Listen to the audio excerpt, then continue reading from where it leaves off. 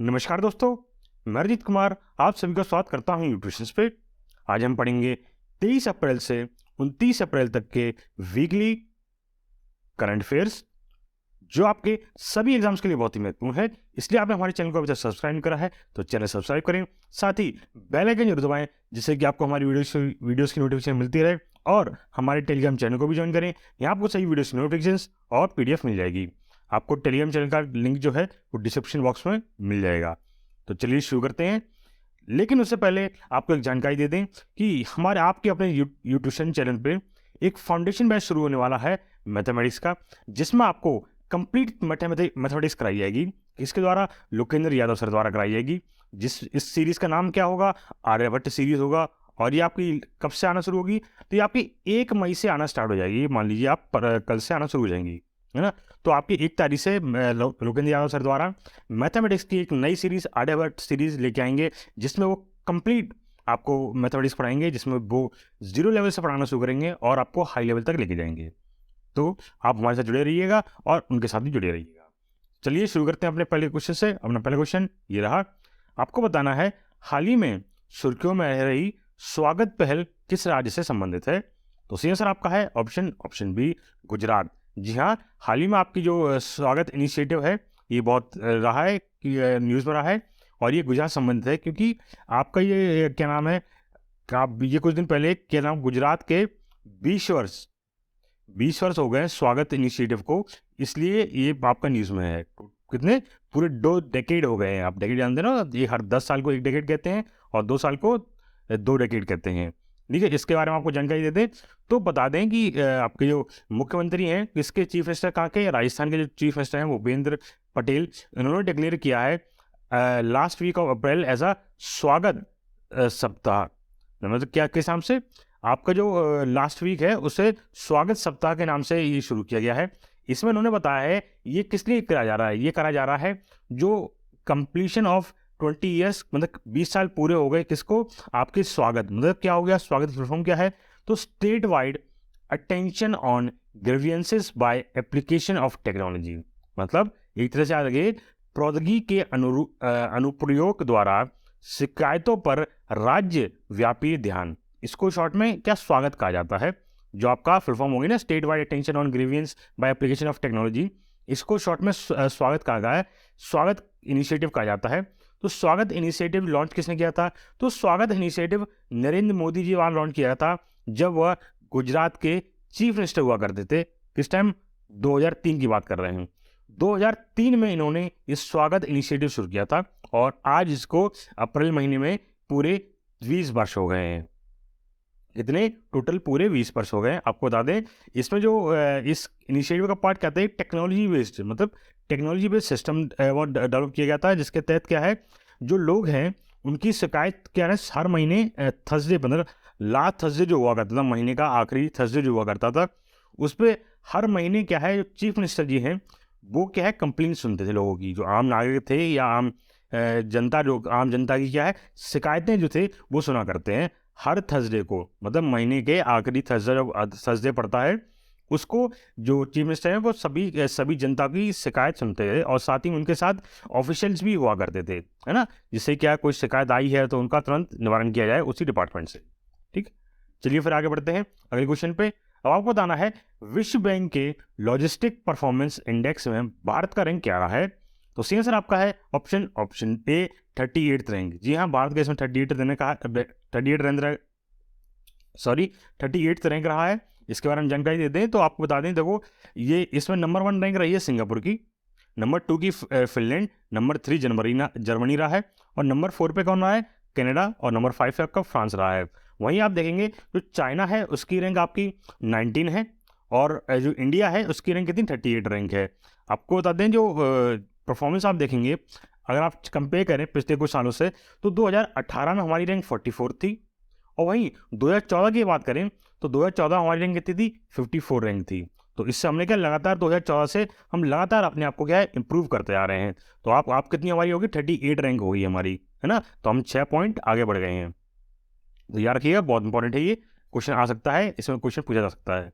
चलिए फिर आगे बढ़ते हैं। अगर आपको बताना है जल शक्ति मंत्रालय द्वारा जारी एक जल निकायों की पहली जनगणना के अनुसार किस राज्य में सबसे महत्वपूर्ण जल निकाय हैं?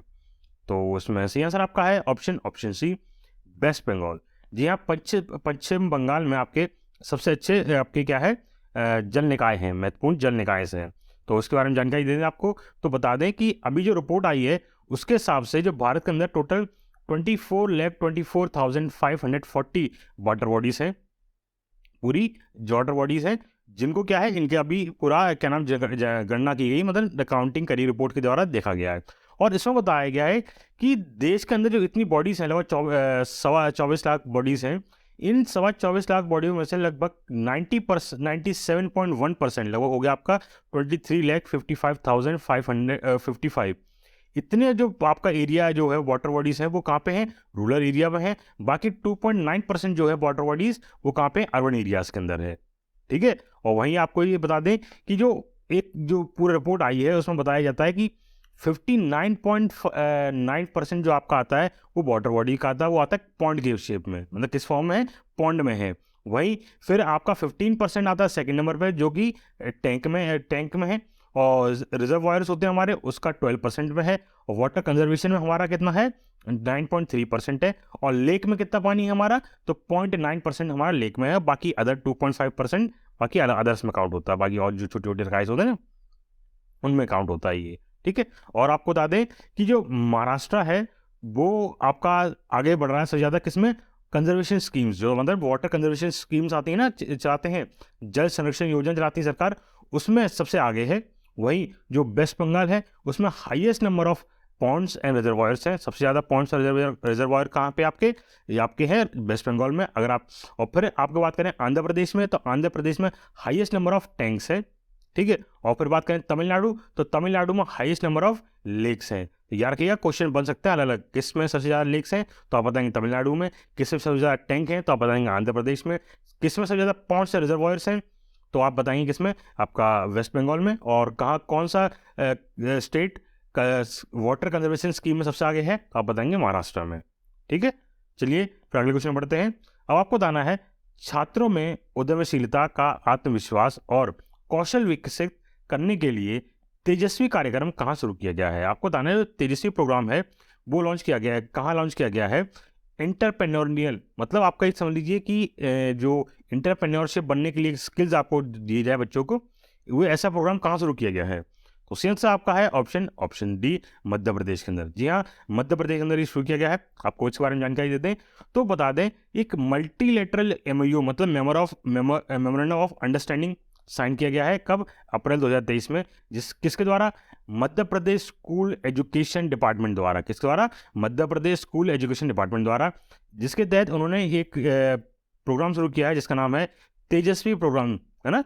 तो तेजस्वी प्रोग्राम शुरू किया गया है किसके लिए? आपको एंटरप्रेन्योरियल कॉन्फिडेंस और स्किल अमंग स्टूडेंट, मतलब एक तरह से मान लीजिए बच्चों के अंदर एक एंटरप्रेन्योर बनने की जो स्किल है, जागरूकता है, या उनसे जो नॉलेज है उसको बढ़ावा देने के लिए। अब इसमें है क्या? मेमोरेंडम ऑफ अंडरस्टैंडिंग बताया जाता है। इसको साइन किया गया है commissioner of public instruction, state open school and association organisation, और साथ ही में एंटरप्राइज लर्निंग फाउंडेशन द्वारा और एजुकेशन अलायंस द्वारा। इन सभी के द्वारा क्या है ये मेमोरेंडम साइन किया गया है। तो याद रखिएगा। फिर और आपको जानकारी देते हैं इसके बारे में। तो ये तेजस्वी प्रोग्राम है, इसके तहत क्या है, बच्चों को आपको एक्सपोज किया जाएगा, मतलब सिखाया जाएगा नी इंडस्ट्रीज के बारे में, सेल्फ बिजनेस राइट्स के बारे में। कहाँ पे? स्कूल टाइम में बताया, मतलब स्कूल के अंदर ही बताया जाएगा। वहाँ पे क्या है, इसके लिए एक सेपरेट सिलेबस भी लॉन्च करेंगे, मतलब तैयार कर लिया गया है। तो बच्चों को क्या है सिलेबस पढ़ाएंगे, उसकी स्कूल टाइम में पढ़ाएंगे, जिससे क्या है बच्चों को आपको सेल्फ बिजनेस राइट के बारे में, न्यू इंडस्ट्रीज़ के बारे में जानकारी मिले।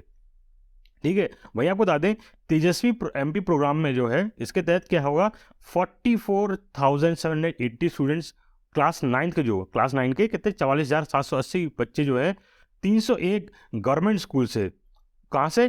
भोपाल और इंदौर से। भोपाल और इंदौर के 301 सरकारी स्कूलों से 9वीं क्लास के लगभग 44,780 बच्चों को इनमें इस प्रोग्राम में रखा जाएगा। वहीं 22,738 बच्चे वो होंगे 11वीं क्लास के, कहाँ से? 170 स्कूल से। कौन से? ये भी आपके सरकारी स्कूल से हैं। कौन से शहर हो? वही आपके भोपाल और इंदौर से। वो जो इस प्रोग्राम का फ़ायदा उठाएंगे। ठीक है, चलिए फिर आगे बढ़ते हैं अगले क्वेश्चन पे। अब आपको बताना है स्टार स्पोर्ट्स ने 21 अप्रैल 2023 को किसे अपना ब्रांड एम्बेसडर घोषित किया है? तो सही आंसर आपका है ऑप्शन ए ऋषभ पंत। जी हाँ, ऋषभ पंत को 21 अप्रैल 2023 को स्टार स्पोर्ट ने अपना नया ब्रांड एम्बेसडर घोषित कर दिया है। कौन है? ये है आपके ऋषभ पंत, भारतीय क्रिकेट प्लेयर। चलिए फिर आगे बढ़ते हैं। अब आपको बताना है आईआईटी मद्रास अपना पहला अंतर्राष्ट्रीय परिसर कहाँ स्थापित कर रहा है? मतलब where will IIT Madras set up its first international campus? तो पहला इंटरनेशनल कैंपस कहाँ स्टैब्लिश किया है? तो सही आंसर आपका है ऑप्शन बी तंजानिया। जी हाँ, तंजानिया में ये आपका एस्टेब्लिश किया है आईआईटी मद्रास ने अपना इंटरनेशनल कैंपस। जो क्या है, अब इंटरनेशनल कैंपस उसे कह देंगे जो भारत देश से बाहर हो जाए, है ना, भारत देश से बाहर स्थापित किया जाए, भारत से बाहर स्थापित किया जाए, उसे हम इंटरनेशनल कैंपस कह देते हैं। तो अभी स्थापित कहाँ गया? तंजानिया। तंजानिया के बारे में आपको जानकारी देते हैं, कहाँ पे ये? तो तंजानिया एक आपका अफ्रीकन कॉन्टिनेंट का कंट्री है। आप देखते हैं ये तंजानिया कंट्री है, आप देखते हैं ये पूरा अफ्रीकन कॉन्टिनेंट है, उसका एक छोटा सा हिस्सा ये वाला है, ये आपका यहाँ देखते हैं मैप में, ये तंजानिया बिल्कुल इक्वेटर से थोड़ा सा पास है ना, बिल्कुल सटा हुआ है, थोड़ा ही गैप है इक्वेटर से। ये एक कंट्री है, यहीं पे क्या है आईआईटी मद्रास ने अपना कैंपस स्टैब्लिश किया है। ठीक है, चलिए फिर आगे बढ़ते हैं अगले क्वेश्चन पे। आपको बताना है 24 से 30 अप्रैल तक विश्व टीकाकरण सप्ताह का आयोजन कौन कर रहा है? मतलब वर्ल्ड इम्यूनाइजेशन वीक कौन ऑर्गेनाइज कर रहा है? तो सही आंसर आपका है option D world health organisation. जी हाँ, वर्ल्ड इम्यूनाइजेशन वीक जो है वो वर्ल्ड हेल्थ ऑर्गेनाइजेशन आपका मना रहा है। आपको बता दें इसके बारे में, तो वर्ल्ड इम्यूनाइजेशन वीक ये सेलिब्रेट किया जा रहा है पूरे वर्ल्ड वाइड, मतलब पूरे विश्व में सेलिब्रेट किया जा रहा है कब? लास्ट वीक ऑफ अप्रैल के आखिरी वीक को। मतलब कौन सी तारीख होगी आपकी? वही जो होगी 24 तारीख से लेकर 30 अप्रैल तक। ठीक है, और इसमें बता दें कि WHO इस साल क्या करेगी, ये वही बताया आपको, 24 से लेकर अप्रैल 30 तक ये आयोजित करेगी। और इसमें जो WHO है उसने थीम क्या रखी है इसके लिए? तो थीम रखी है लॉन्ग लाइफ फॉर ऑल। मतलब ये मान लीजिए सभी के लिए लंबी आयु जीवन, सभी के लिए लंबा जीवन, ये इसकी थीम है। यार ये बहुत इंपॉर्टेंट है, क्वेश्चन आ सकता है कि वर्ल्ड इम्यूनाइजेशन वीक का आपकी थीम क्या है, तो आप बता देंगे उसमें लॉन्ग लाइफ फॉर ऑल। ठीक है, चलिए फिर आगे बढ़ते हैं अगले क्वेश्चन पे। अब आपको बताना है IGGL की एशिया की सबसे बड़ी अंडर वाटर हाइड्रोकार्बन पाइपलाइन परियोजना किस नदी से संबंधित है? तो सी आंसर आपका है ऑप्शन सी ब्रह्मपुत्रा। जी हाँ, ब्रह्मपुत्रा से तहत ये आपका जो IGGL प्रोजेक्ट है, पाइपलाइन प्रोजेक्ट है, कौन सा? Under water hydrocarbon pipeline project है। ये IGGL कंपनी है, उनके द्वारा बनाया गया है और ये ब्रह्मपुत्र नदी पे कंप्लीट कर दिया गया है। मतलब एक इनका कुछ सेक्शन है, पूरे पार्ट है उसका, वो सेक्शन ब्रह्मपुत्र नदी पे पूरा कंप्लीट कर दिया गया है। ठीक है, और ये आपको बता दें एशिया का सबसे बड़ा लार्जेस्ट आपका अंडर वाटर हाइड्रोकार्बन पाइपलाइन है ये। तो इसके बारे में आपको जानकारी दे दें कि एशिया की largest under water hydrocarbon pipeline जो कि ब्रह्मपुत्र के नदी के अंदर से जा रही थी, कहाँ से? जोरहट और मजुली जो जगह है आसाम की, ब्रह्मपुत्र जैसे ब्रह्मपुत्र नदी जा रही है ना, तो इसका इधर पॉइंट आपका जोरहट है और इधर आपका क्या है? मजुली है। इस पॉइंट को क्या है? जोड़ दिया गया है किससे? अंडर वाटर हाइड्रोकार्बन पाइपलाइन से जोड़ दिया गया है और ये असम के अंदर इसको कंप्लीट कर दिया गया है। अब IGGL है क्या है? तो IGGL है आपका इंद्रधनुष गैस ग्रिड लिमिटेड। ठीक है, इंद्रधनुष गैस ग्रिड लिमिटेड ये कंपनी है, इसके द्वारा ये काम किया जा रहा है। और आपको बता दें कि ब्रह्मपुत्रा HHD जो IGGL है, इसके द्वारा अचीव लगभग 71% पूरा काम कर दिया गया है इसके तहत। और ये प्रोग्रेस का जो फिजिकल प्रोग्रेस है वो चल रहा है किसके तहत? NEGG, मतलब national east gas grid project के तहत ये काम किया जा रहा है, जिसके तहत ये अभी जो 71% काम हो गया, बाकी जो बचा हुआ लगभग 29% काम है वो आपका गुवाहाटी और नुमालगढ़ सेक्शन जो है इसको पूरा करके हो जाएगा। और जैसे ये काम पूरा हो जाएगा, ये काम कब पूरा होगा? ये होगा 24 फरवरी 2024 में काम कंप्लीट हो जाएगा। ठीक है, और जैसे ये काम कंप्लीट हो जाएगा उसी हिसाब से हमारा क्या है north east gas grid project पूरा कंप्लीट हो जाएगा आपका। ठीक, चलिए फिर आगे बढ़ते हैं और आपको थोड़ी जानकारी देते हैं कि आपका जो इंद्रधनुष गैस ग्रिड लिमिटेड है, इसको स्टैब्लिश कब किया गया था? तो इसको स्टैब्लिश किया गया था 10 अगस्त 2018 में, इसको स्टैब्लिश किया गया था। और ये जॉइंट वेंचर है, मतलब टोटल 5 सरकारी कंपनी है, मतलब सरकारी ऑयल कंपनी है आपकी। कौन कौन सी? आपकी OICL, IOCL, ONGC, गेल ऑयल, ऑयल इंडिया लिमिटेड और NRL, नेशनल रेल लिमिटेड, है ना। तो इन पांचों कंपनियों की जॉइंट वेंचर, इन पांचों कंपनी ने मिलकर एक अलग कंपनी शुरू करी, जिसका नाम IGGL रखा गया, इंद्रधनुष गैस ग्रिड लिमिटेड। ठीक है। और आपको बता दें कि जो इसका काम क्या है, इसका काम है north east gas grid project है। इसको आपका क्या नाम है, मेजर शहरों से जोड़ दिया जाए, और आपका जो डिमांड है लोगों की, वो नॉर्थ ईस्ट इंडिया की जो डिमांड है उसको पूरा किया जाए। किसके तहत? नेशनल गैस ग्रिड से लगभग पूरा कनेक्ट कर दिया जाए। ठीक है। चलिए फिर आगे बढ़ते हैं अगले क्वेश्चन पे। अब आपको बताना है, हाल ही में भारतीय विदेश मंत्रालय द्वारा सूडान में फंसे नागरिकों को निकालने के लिए कौन सा ऑपरेशन शुरू किया गया है?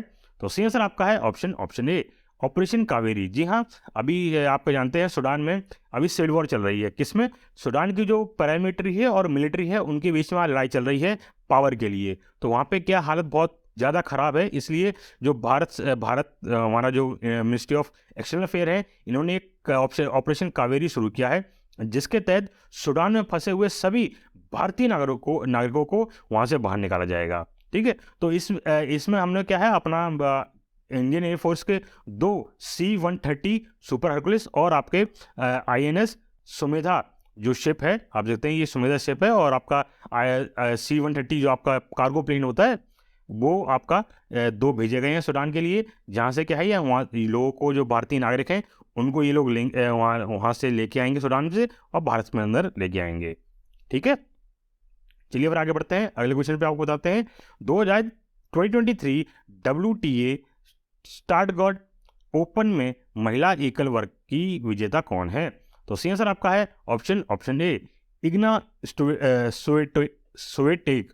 ठीक है। तो इग्ना स्वेटेक, आप देखते हैं फोटो, ये आपकी विनर रही हैं किसकी? Women single category of 2023 WTA Stuttgart. ठीक है। क्या स्टटगार्ट जगह ओपन है, ये इस मैच की विनर रही हैं ये। ठीक है। चलिए फिर आगे बढ़ते हैं अगले क्वेश्चन पे। अब आपको बताना है, प्रधानमंत्री नरेंद्र मोदी ने 16वें सिविल सेवा दिवस के अवसर पर लोक प्रशासन में उत्कृष्टता के लिए प्रधानमंत्री पुरस्कार 2022 किसे प्रदान किया है? तो आपको बताना है कि प्रधानमंत्री नरेंद्र मोदी जी हैं, इन्होंने prime minister award for excellence in public administration 2022 ये किसे दिया है? ठीक है। तो सही आंसर आपका है option C, ministry of health affairs. वो मिनिस्ट्री ऑफ हेल्थ मतलब स्वास्थ्य मंत्रालय को ये अवार्ड दिया गया है। आपको इस बारे में बता दें थोड़ा सा कि जो नरेंद्र मोदी जी हैं, इनके द्वारा प्रेजेंट किया है prime ministers award for excellence in public administration 2022। इसके जो राजेश भुवनेश है, जो कि सेक्रेटरी हैं किसके? मिनिस्ट्री ऑफ हेल्थ के और हेल्थ एंड फैमिली वेलफेयर के, इन्होंने ये अवार्ड लिया है। और ये अवार्ड दिया किस लिए गया है? तो ये अवार्ड दिया गया है नेशनल कोविड-19 वैक्सीन जो प्रोग्राम चलाया गया है, किसके द्वारा? Ministry of health and family welfare द्वारा। इसके लिए इनको दिया गया है 16 सिविल सर्विस डे पे। ठीक है। और आपको बता दें कि यार देश की और आपको अच्छी जानकारी लेनी है, तो इसके द्वारा अभिजीत सर द्वारा आपकी हर मंथ के एंड में एक मंथली डेज की वीडियो दिलाते हैं। वो आपकी पूरी कंप्लीट डिटेल होती है। इसमें आपकी सारे थीम्स और सभी डेज जो होते हैं पूरे महीने में, आप जैसे अप्रैल महीने चल रहा है, अप्रैल महीने की आपकी वीडियो 1 तारीख को आ जाएगी आपकी वीडियो। तो 1 तारीख को जो वीडियो आएगी उसमें आपको सभी डेज मंथ की सारी जानकारी होगी आपकी। ठीक है। अप्रैल मंथ के जितने भी डेज होते, इंपॉर्टेंट डेज होते हैं, उनकी थीम्स होती है, उनके बारे में सब जानकारी आपको अभिजीत सर द्वारा दी जाएंगी हमारे चैनल पे। ठीक है। और आपको बता दें ये अवार्ड दिया गया है जो इनोवेशन कैटेगरी के तहत दिया गया है। ठीक है। चलिए फिर आगे बढ़ते हैं अगले और बताते हैं इसके बारे में। तो इसे बताते हैं कि ये जो अवार्ड है ये रिकॉग्नाइज किया जाता है या फिर रिवॉर्ड एक्सपेक्शनल होता है किसके लिए? इनोवेशन के लिए, जो इनोवेशन वर्क करते हैं कहाँ पे? डिस्ट्रिक्ट लेवल या कोई डिस्ट्रिक्ट या ऑर्गेनाइजेशन, और चाहे वो सेंट्रल लेवल पे हो या चाहे वो स्टेट गवर्नमेंट हो, कोई भी अच्छा काम कर रहा हो, कोई अच्छी स्कीम इंट्रोड्यूस करी हो, तो आपका ये अवार्ड दिया जाता है। और ये आपका अवार्ड देना शुरू हुआ था 2006 में शुरू हो गया था। किस नाम से? Prime ministers award for excellence in public administration. तो 2006 से ये शुरू हुआ था और अभी तक चलता आ रहा है। चलिए फिर आगे बढ़ते हैं अगले क्वेश्चन पे। अब आपको बताना है, सिप्री की वैश्विक सैन्य व्यय रिपोर्ट के अनुसार वर्ष 2022 में कौन सा देश दुनिया का सबसे अधिक सैन्य खर्चा करने वाला देश है। तो वही बता रहा बताना है, सिपरी की ग्लोबल मिलिट्री एक्सपेंडिचर रिपोर्ट आई है, तो उसमें बताइए कि इसमें टॉप किसने करा है। तो सही आंसर आपका है ऑप्शन सी, यूएसए। जी हाँ, आपका जो यूनाइटेड स्टेट्स ऑफ अमेरिका है, इसने इस लिस्ट में टॉप किया, आप देख सकते हैं।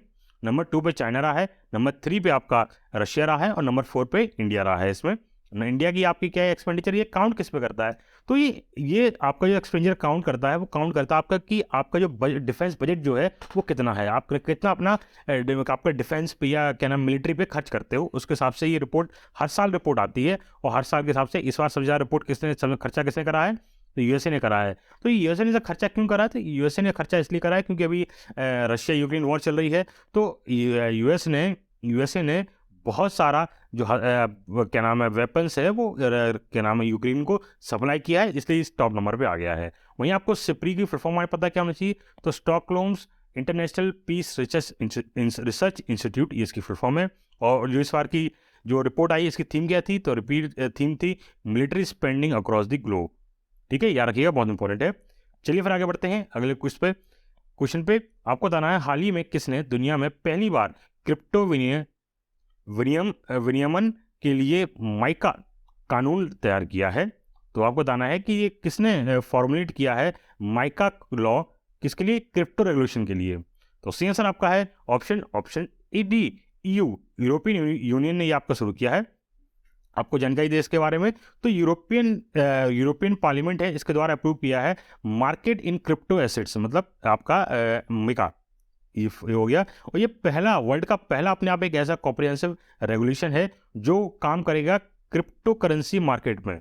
ठीक है, जो अनरेगुलेटेड, मतलब जो क्रिप्टो मार्केट आप जानते हो बिल्कुल आपका अनियमित है, इसका कोई रूल नहीं है, कैसा कुछ नहीं है, तो इसको क्या है, ये रेगुलेट करेंगे, इसको कंट्रोल करेंगे इसके तहत। ठीक है, तो इसका फॉर्म क्या हो जाएगा आपका, वो तो क्रिप्टो एसेट मार्केटिंग रेगुलेशन जो है, जिसे माइका कहेंगे, will come in force formal approval by member state. तो जो मेंबर स्टेट्स हैं, जैसे मानते हैं यूरोपियन यूनियन एक पूरा कंट्रियों का यूनियन है, यूरोप का पूरा यूनियन है, उनके जो कंट्री मेंबर्स हैं, उनके जब अप्रूवल दे दिया गया उनके द्वारा, तब इसको लाया गया है। ठीक है, चलिए फिर आगे बढ़ते हैं अगले क्वेश्चन पे। आपको बताना है सोलर इंडस्ट्री द्वारा विकसित स्वदेशी यूएवी कौन सा है जिसे भारतीय सेना खरीदने जा रही है। तो सही आंसर आपका है ऑप्शन ए, नागास्त्र। जी हाँ, नागास्त्र 1 जो है आपका ये इंडिजीनियस आपका यूएवी है, अनमैन्ड व्हीकल। इसका नाम इंडियन आर्मी खरीदेगी अपने लिए। तो आपको जानकारी दे इसके बारे में, ये सोलर इंडस्ट्री नागपुर है, इसने द्वारा इसको एक ऑर्डर मिला है इंडियन आर्मी द्वारा, किसके लिए, नागास्त्र, ये अनमैन्ड एरियल व्हीकल है, इसके लिए आवाला है, जिसने क्या नाम है इजराइल और पोलैंड को पिछाड़ दिया। मतलब उसमें क्या था कि इंडियन आर्मी ने अपना क्या एक मेमोरेंडम जारी किया था कि हमें ऐसे ऐसे यूवी चाहिए, और उसके बारे में इन्हें देखा, और बाकी जो कंपटीशन थे इनके, तो उन सबको हरा के क्या है आपका जो सोलर इंडस्ट्रीज नागपुर है, इसके द्वारा ये जीत लिया गया है। आपको बता दें नागास्त्र 1 एक पहला इंडिजीनियस लोटर म्यूटेशन आपका डिज़ाइन का एक यूएवी है, जो सोलर इंडस्ट्री द्वारा आपको बनाया गया है, और ये इसकी एक सब्सिडी कंपनी है क्या, इकोनॉमिक एक्सप्लोसिव लिमिटेड EEL द्वारा इसकी मॉडल है, ये तैयार किया गया है क्या, नागास्त्र 1। ठीक है, और ये दिखाया भी गया था, ये आर्मी कमांडर्स कॉन्फ्रेंस था न्यू दिल्ली के अंदर हुई थी, वहाँ पे से दिखाया भी गया था। और ये अपने आप एक कैसा कामकाजी ड्रोन भी कह सकते हैं इसको। कामकाजी ड्रोन किसे कहते हैं, जो ड्रोन अपने आप जैसे जा रहा हो और अपने टारगेट पे जाए और उस पर जाके फट जाए, उसे क्या कहते हैं, कामकाजी ड्रोन कहते हैं। ठीक है, तो आपको बता दें इंडियन आर्मी द्वारा लगभग ऐसे 450 नागास्त्र 1 का ऑर्डर दिया है मेक इन इंडिया के तहत। ठीक है, और इसकी जो टोटल वो वैल्यू होगी वो कितनी होगी, 300 करोड़ रुपीज़ की है।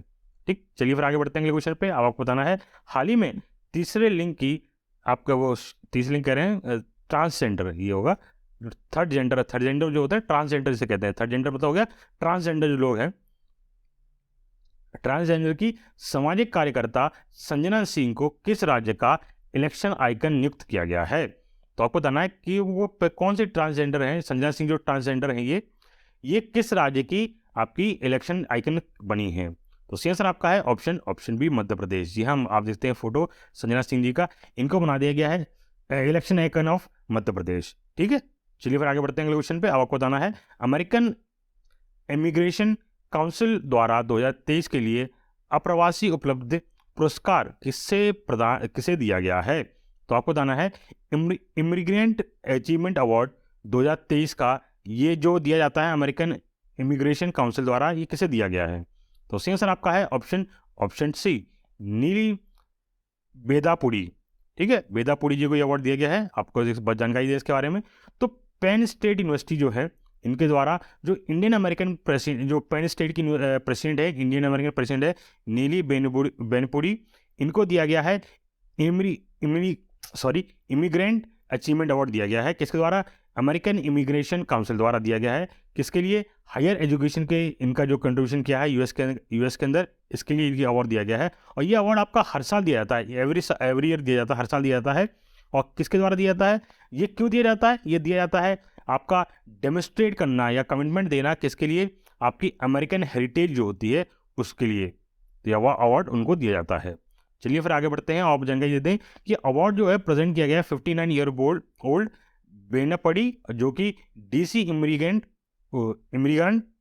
अचीवमेंट अवार्ड इन्हें दिया गया है 28 अप्रैल को। ठीक है, आपको बता दें बेनुपुरी जो है वो इस टाइम प्रेसिडेंट है किसकी? यूनिवर्सिटी ऑफ लुइसविले, मतलब आपका लुइस विसेले जो यूनिवर्सिटी है, इसकी प्रेसिडेंट रही हैं 2018 से लेकर 2021 तक की। ठीक है, चलिए फिर आगे बढ़ते हैं अगले क्वेश्चन पे। आपको बताना है हाल ही में राष्ट्रीय तकनीकी अनुसंधान संगठन के अध्यक्ष के रूप में किसे नियुक्त किया गया है? तो आपको बताना है नेशनल टेक्निकल रिसर्च ऑर्गेनाइजेशन के चेयरमैन किसे अपॉइंट किया गया है? तो सही आंसर आपका है ऑप्शन डी, अरुणा मिलर। जी हाँ, अरुणा मिलर जी को अपॉइंट किया गया है। क्या क्या क्या अपॉइंट किया गया है? आपका चेयरपर्सन अपॉइंट किया गया है नेशनल टेक्निकल रिसर्च ऑर्गेनाइजेशन का। आपको बता दें कि जो नेशनल टेक्निकल रिसर्च ऑर्गेनाइजेशन है, इसको फाउंड किया गया था। ये एक तरह से आपकी इंटेलिजेंस खुफिया एजेंसी है भारत की, जिसे 2004 में एस्टेब्लिश किया गया था। किसे? 2004 में एस्टेब्लिश किया गया था। और ये काम करती है नेशनल सिक्योरिटी एडवाइजर के अंदर काम करती है। और ये रिपोर्ट किसे करती है? ये प्राइम मिनिस्टर ऑफिस को रिपोर्ट करती है। चलिए फिर आगे बढ़ते हैं अगले क्वेश्चन पे। आपको बताना है दी हेरिटेज फाउंडेशन के 29वें आर्थिक स्वतंत्रता सूचकांक 2023 में भारत की रैंक क्या है? तो सही आंसर आपका है ऑप्शन ए, 131। जी हाँ, 131 रैंक रही है भारत की। इसमें किसमें? आपकी heritage foundation 29th economic freedom index 2023 में। आपको जानकारी दे इसके बारे में। तो heritage foundations 29th economic freedom index 2023 हुआ, इसको रिलीज़ किया गया है। इसमें जो इकोनॉमिक फ्रीडम के बारे में ये हर साल की रिपोर्ट आती है इसमें। और इसके लगभग अलग अलग लेवल पे आपका क्या है, ये आपका रिपोर्ट जारी करी जाती है। ठीक है, इनमें अलग अलग लेवल रिपोर्ट जारी करी जाती है, कौन कितना ज़्यादा आपको फ्रीडम है, कौन फ्रीडम कहाँ कम है, कहाँ नहीं है, इस हिसाब से पूरी जानकारी दी जाती है। और इस साल 2023 में जो फाइनेंशियल फ्रीडम में लगभग 184 कंट्रीज ने इसमें पार्टिसिपेट, मतलब 184 कंट्रीज़ के बारे में रिपोर्ट जारी करी गई है। उसमें जो हेरिटेज फाउंडेशन है, ये इज़ अ कंजर्वेटिव, जो ऐसी रिपोर्ट जारी किसके द्वारा की जाती है? तो रिपोर्ट जारी करी जाती है आपकी हेरिटेज फाउंडेशन द्वारा जारी की जाती है। ये आपकी क्या है? एक ही कंजर्वेटिव थिंक टैंक है जो वाशिंगटन डीसी बेस्ड पे वर्क है। और ये वाशिंगटन डीसी के पार्टनरशिप के साथ काम करती है। किसके? वर्ल्ड स्ट्रीट जर्नल जो है उसके पार्टनरशिप के साथ ये पूरी थिंक टैंक आपका काम करता है। और आपको बता दें ये इंडेक्स है, ये जिसके 4 पिलर होते हैं। कौन कौन से पिलर होते हैं? Rule of law, size of government, regulatory efficiency और ओपन मार्केट। ये 4 पिलर्स होते हैं, इन पे ये वर्क करती है। और आपके ये पिलर्स में क्या क्या आता है? तो इन पिलर में आपके आते हैं index of major factors, property rights, government spending, business freedom, labour freedom, trade freedom. इन सभी पॉइंट्स पे आपका ये रिपोर्ट जारी करती है। इस रिपोर्ट में बताया गया है कि भारत की जो रैंक इस बार रही है वो स्कोर करा है 52.9 पर स्कोर करा है, इसलिए भारत की रैंक कितनी है? 131 रही है। वहीं एशिया में देखा जाए तो भारत की रैंक कितनी रही है? 13 क्या नाम है, भारत की रैंक जो रही है 27th रही है। 27th रही है। एशिया की बात करिए, एशिया के अंदर 27th रैंक है आउट ऑफ 39 कंट्रीज। ठीक है, और वहीं आप देखा जाए भारत की नेबरिंग कंट्रीज है जैसे भूटान, उसकी रैंक 19 रही है। बांग्लादेश की रैंक 26 रही है। ठीक है, चलिए फिर आगे बढ़ते हैं अगले क्वेश्चन पे। आपको बताना है हाल ही में किसे गोल्डमैन पर्यावरण पुरस्कार 2023 से सम्मानित किया गया है? तो सही आंसर इसमें आपका है option D, all of the above. ये 6 के 6 आपके तीनों लोगों को दिया गया है। इसमें टोटल 6 लोगों को दिया जाता है। 6 कॉन्टिनेंट हमारे हैं, तो हर कॉन्टिनेंट से एक व्यक्ति को क्या है, ये हर साल ये अवार्ड दिया जाता है, जिसका नाम है आपका गोल्डन मैन एनवायरमेंट प्राइज 2023 दिया जाता है। आप इस बार देखिए 4 लोग हैं, इनको ये अवार्ड दिया गया है। आपको बता दें जो आपकी जो है अशरिंद्रा कोरप, ये आपकी मुंदुकोरु वुमेन है, कहाँ की? ब्राज़ीलियन अमेज़न, जो ब्राज़ीलियन अमेज़न है वहाँ की ये वुमेन है, इनको रिकॉग्नाइज़ किया गया है 23 गोल्डमैन एनवायरनमेंट प्राइज़ के लिए, ठीक है। और ये आपको बता दें, ये 6 हर साल 6 एक्टिविस्ट को और 6 कॉन्टिनेंट से, मतलब हर एक कॉन्टिनेंट से एक व्यक्ति को दिया जाता है। इसको एस्टैब्लिश किया गया था 1989 में, इसको एस्टैब्लिश किया गया था। इसे नाम रखा गया गोल्डमैन प्राइज़ का नाम रखा गया इसको। और ये लोकल इनिशिएटिव जो होते हैं, जो लोग होते हैं इन्वायरमेंट के प्रति काम कर रहे होते हैं, उनमें आपका बढ़ावा दे रहे होते हैं, उनके लिए ये अवार्ड दिया जाता है। चलिए फिर आगे बढ़ते हैं। आपको बताना है recently who has been appointed as the president of Mumbai based MMA 1, मतलब MMA 1 स्थित के अध्यक्ष के रूप में किसे नियुक्त किया गया है? तो सही आंसर आपका है ऑप्शन सी, महावीर सिंह फोगाट। जी हाँ, महावीर सिंह फोगाट जी हैं, इनको अपॉइंट किया गया president of Mumbai based MMA, ठीक है। चलिए फिर आगे बढ़ते हैं अगले क्वेश्चन पे। आपको बताना है हाल ही में अमेरिका ने किस देश के साथ ऐतिहासिक परमाणु रक्षा समझौता वाशिंगटन घोषणा पर हस्ताक्षर किए हैं? तो वाशिंगटन डिक्लेरेशन के किसके साथ एग्रीमेंट किया है यूएसए ने? तो सही आंसर आपका है ऑप्शन ए, साउथ कोरिया के साथ। जी हाँ, साउथ कोरिया के साथ जो यूएसए है, इसने एक न्यूक्लियर डिफेंस डील साइन कर ली है, डिफेंस एग्रीमेंट साइन कर लिया है, जिसका नाम है वाशिंगटन डिक्लेरेशन। और इसमें आपके जो अमेरिका ने क्या करा है, इसमें ये कहा है, इसमें जो साउथ कोरिया है उसने एश्योरेंस दिया है, या फिर आपने ये वादा किया है कि वह कभी भी विश्व में आगे चल के भविष्य में कभी भी वो अपने देश में कोई भी न्यूक्लियर प्रोग्राम नहीं बनाएगा, मतलब न्यूक्लियर हथियार नहीं बनाएगा। इसके तहत अमेरिका ने क्या कर दिया, अमेरिका ने उनको सिक्योरिटी दी है, और उस सिक्योरिटी के तहत क्या है, अपनी एक न्यूक्लियर सबमरीन जो है वो डॉक कर दी है साउथ कोरिया में, ठीक है। हमेशा डॉग रहेगी, एक न्यूक्लियर सबमरीन जो है वो हमेशा डॉग रहेगी, मतलब आपका रहेगा एक साउथ कोरिया में, वो न्यूक्लियर सबमरीन वहाँ पे हमेशा रहेगी, अमेरिकन सबमरीन रहेगी वहाँ पे। पर साउथ कोरिया क्या है, आप कभी भी क्या है, कोई भी न्यूक्लियर प्रोग्राम नहीं बनाएगा भविष्य में, ठीक। चलिए फिर आगे बढ़ते हैं अगले क्वेश्चन पे। आपको बताना है हाल ही में 64 वर्ष के बाद व्यक्तिगत रूप से रेमन मैगसेस पुरस्कार किसे प्राप्त हुआ है? तो सही आंसर आपका है ऑप्शन ए, दलाई लामा। जी हाँ, दलाई लामा को ये अवार्ड दिया गया है, रेमन मैगसेसे ये पुरस्कार दिया गया है, पूरे 64 साल बाद दिया गया है, किसको? दलाई लामा जी को। और ये अवार्ड दिया क्यों जाता है, किसके लिए जाता है, तो उसके बारे में बता दें। जो रोमन मैगसेसे अवार्ड फाउंडेशन है, इसके द्वारा ये अवार्ड शुरू 1959 रोमन मैगसेसे अवार्ड दिया गया है, किसको? दलाई लामा जी को दिया गया है, उनके घर पे दिया गया, उनके मतलब जो जहाँ पे वो रहते हैं उनकी आवास पे दिया गया है, ठीक है। आपको बता दें ये पहला इंटरनेशनल ऐसा अवार्ड है जो स्पिरिचुअल लीडर को दिया जाता है, मतलब आपका मान लीजिए धर्म के जो पुजारी होते हैं या फिर धर्म के रक्षक जो होते हैं, स्पिरिचुअल लीडर जो होते हैं, है ना, उनको दिया जाता है, आध्यात्मिक नेता जो होते हैं उनको दिया जाता है, ठीक। तो और ये दलाई लामा क्यों दिया गया है? ये दलाई लामा दिया गया है तिब्बत कम्युनिटी करेजियस फाइट, मतलब तिब्बत कम्युनिटी को जो है ना, वहाँ पे जो आप जानते हैं चाइना में जो तिब्बत लोग हैं उनको बहुत परेशान किया जाता है, वहाँ पे जो बौद्ध धर्म है, जो बौद्ध धर्म को पालन करते हैं, उस अपने धर्म को बचाने के लिए तिब्बत में जो लड़ाई लड़ रहे हैं, क्या नाम है, दलाई लामा जी, उसके लिए ये अवार्ड दिया गया है। आपको बता दें रोमन मैगसेसे अवार्ड फाउंडेशन है, ये फिलीपींस में दिया जाता है, कब से? अगस्त 1959 से दिया जा रहा है, ठीक।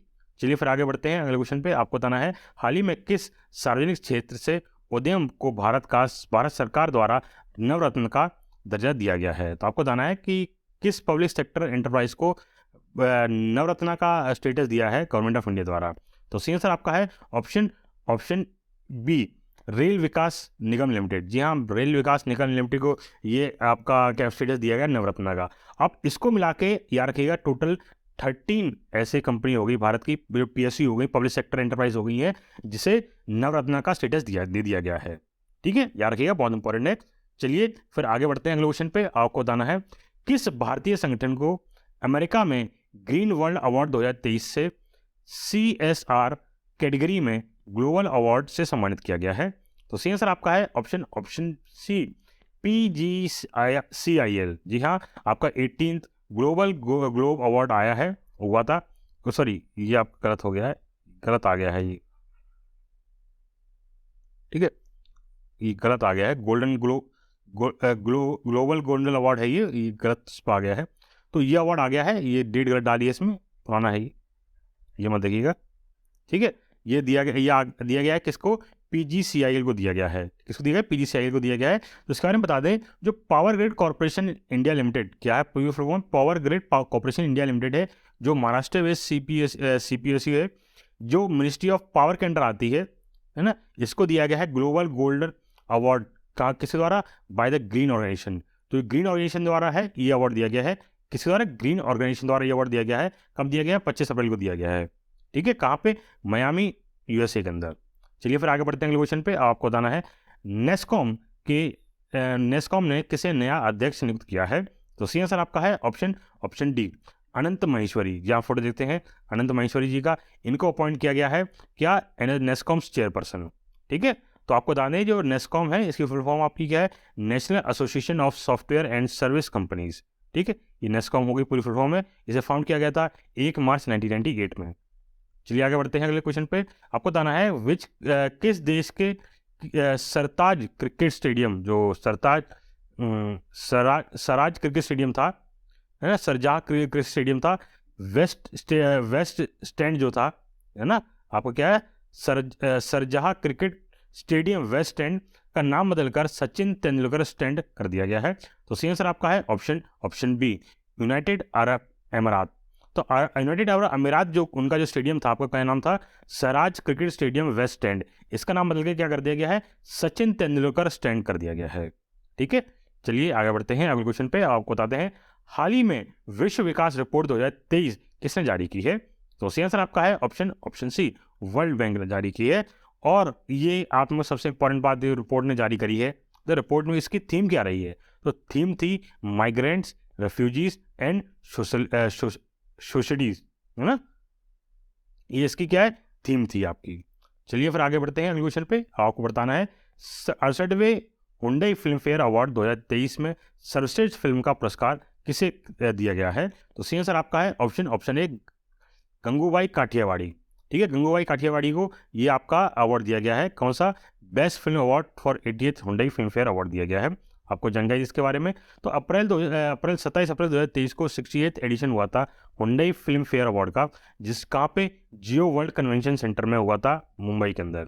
आपको बता दें इसके जो ऑर्गेनाइज किया गया है पूरा प्रोग्राम, ये महाराष्ट्र टूरिज्म जो है उसके कोलैबोरेशन के साथ ये आपका जारी किया गया था। इसमें आपका जो है ये अवार्ड सेरेमनी, ये award ceremony as a platform है जहाँ पे जो अपकमिंग स्टार्स हैं और आर्टिस्ट हैं उनको ड्रीम पूरा होता है, और उनको क्या है? ये ब्लैक क्लिनी ट्रॉफी, मतलब ट्रॉफी मिलती है अवार्ड में। ठीक है, अवार्ड में ट्रॉफी मिलती है, उसके लिए अवार्ड दिया जाता है।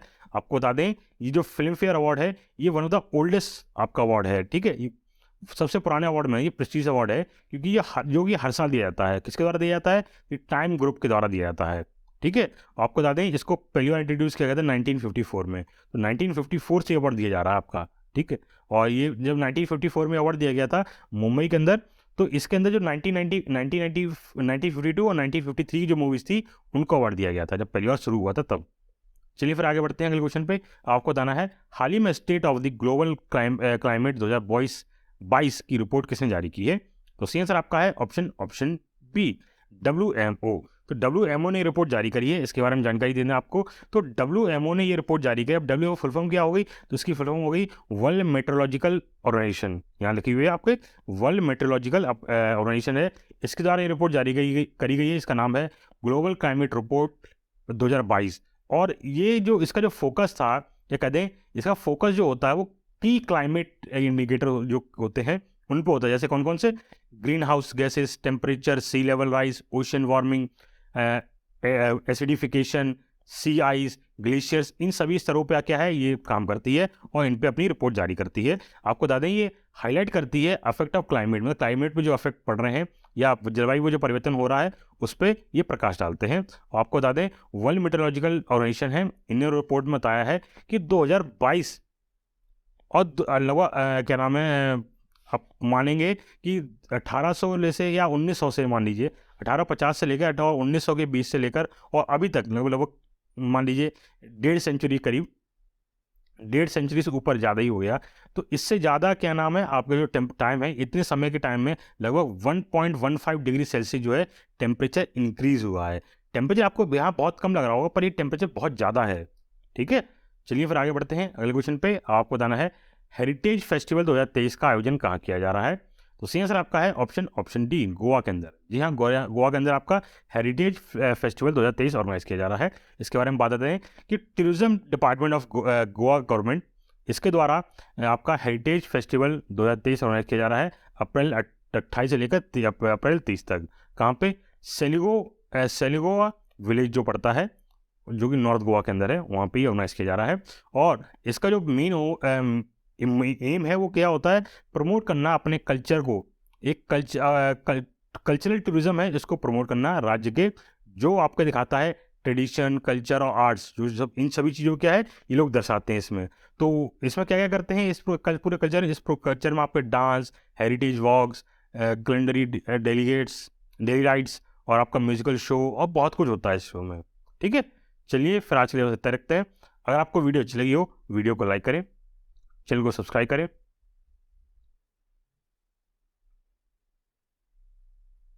साथ ही हमारी वीडियो शेयर जरूर करें, जिससे कि बाकी लोगों के पास भी पहुंच सके। जय हिंद।